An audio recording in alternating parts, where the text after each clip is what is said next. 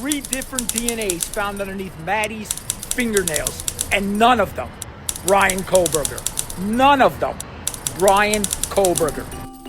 So they had the knife sheath with a miraculous DNA match, but minuscule amounts, and apparently only touch DNA, which, as we discussed in episode 2, is not exactly a smoking gun. Touch DNA. A defense attorney can do a lot to poke holes in touch DNA.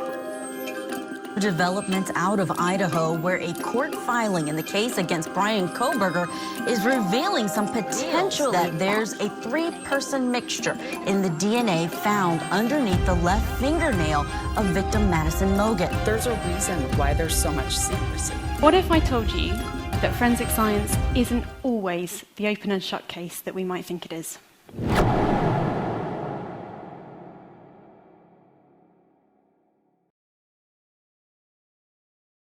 Finally, we have our voices back. Yeah, right. And, excited to tell the story. We met by chance. When the facts are filled with coincidences, don't dismiss them. A mom of one of the victims met the owners of Optum Laboratory, the same people who conducted the testing on Kohberger's knife sheath. Something's not right. And I had some knowledge throughout our case of what the Middlemans were doing.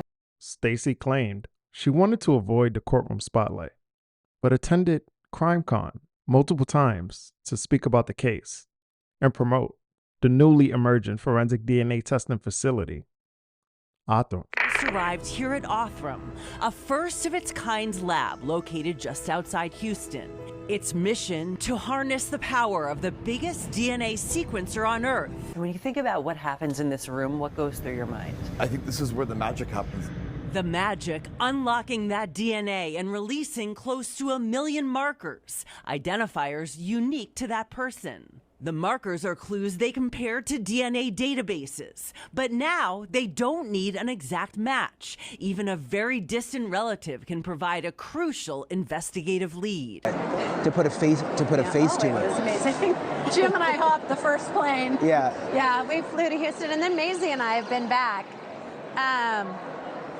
I feel forever indebted to them. Stacy is forever indebted to the lab that helped solve the case. But we know it wasn't truly solved. The real suspects are still out there. So, what deal was struck? Why is Stacy forever indebted? Kristen stated that there was only one profile, yet evidence showed that multiple DNA profiles were on the knife sheath, none belonging to Kohberger.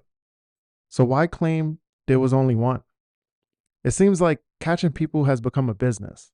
The narrative that a single man, Kohberger, committed this crime is ludicrous.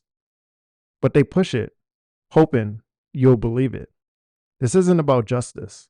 It's about business.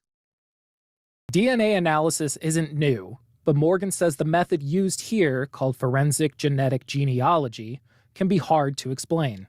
But if they can sell it to the jury and explain the process, how it works with forensic genetic genealogy, the jury, I think, in my opinion, will have a really hard time getting past the odds that it could be anybody other than Bryan Kohberger. The University of Idaho will receive $1 million from the state of Idaho for extra security costs that followed the deaths of those 4 students. Everything that happened in Moscow last fall, undergraduate enrollment is up 3.5% this spring over last spring. A single strand of touch DNA on a knife sheath is not solid evidence. In fact, it's extremely easy to transfer. It could happen to anyone. Touch DNA is far too weak to build a case on, as it is easily transferable.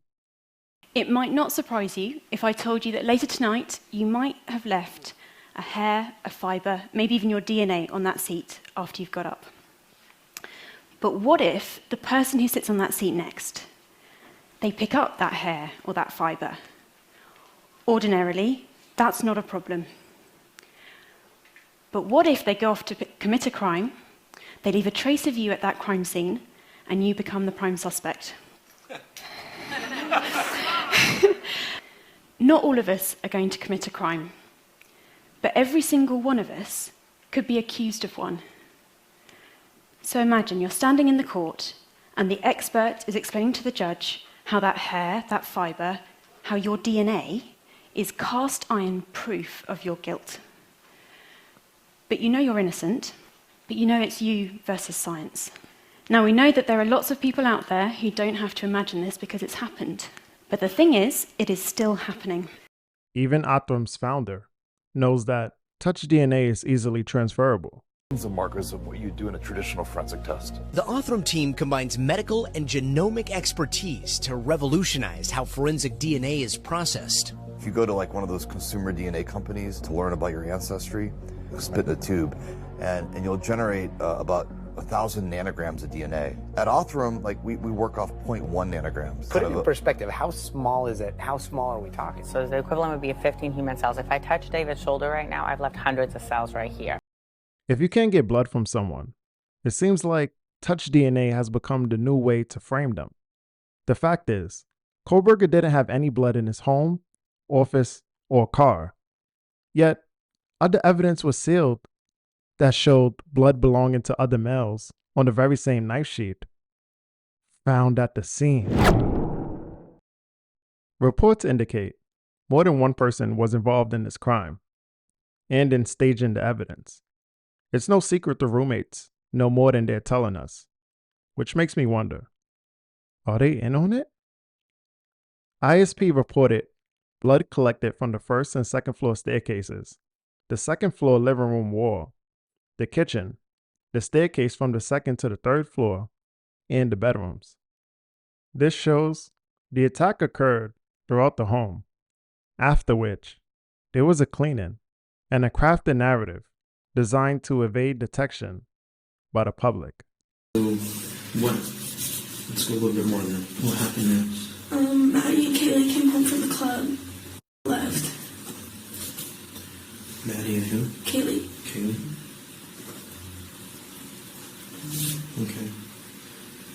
And they got home from the club. Do you know what time that might have been? I think I told one of the cops that was talking to me at the house, like, better times. It's okay. I don't really remember right now. Maybe like 2 something, 1. But then things got pretty strange. Ann Taylor submitted proof of alternate perpetrators and provided evidence for the defense. The defense focused on 4 people, 2 of whom were in proximity to the victims hours before the attacks. They tested one person for DNA, and the ISP stated his DNA was not found. However, reports indicate a DNA mixture that isn't Kohberger's was found on the back of the sheath.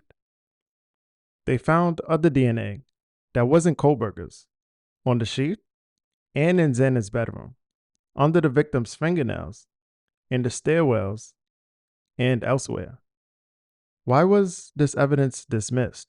This document right here, motion in limiting number 6, in this turquoise box that I have highlighted, there were 4 swabs done on the back of the night sheath, and there was blood contact DNA found, a male, that was not Kohberger.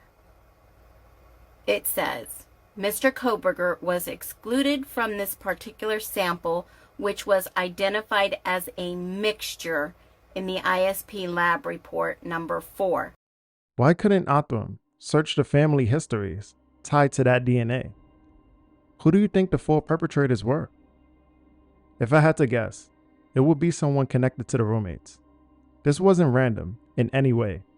A crime of this magnitude, with cleaning and hiding of evidence, looks like a coordinated attack.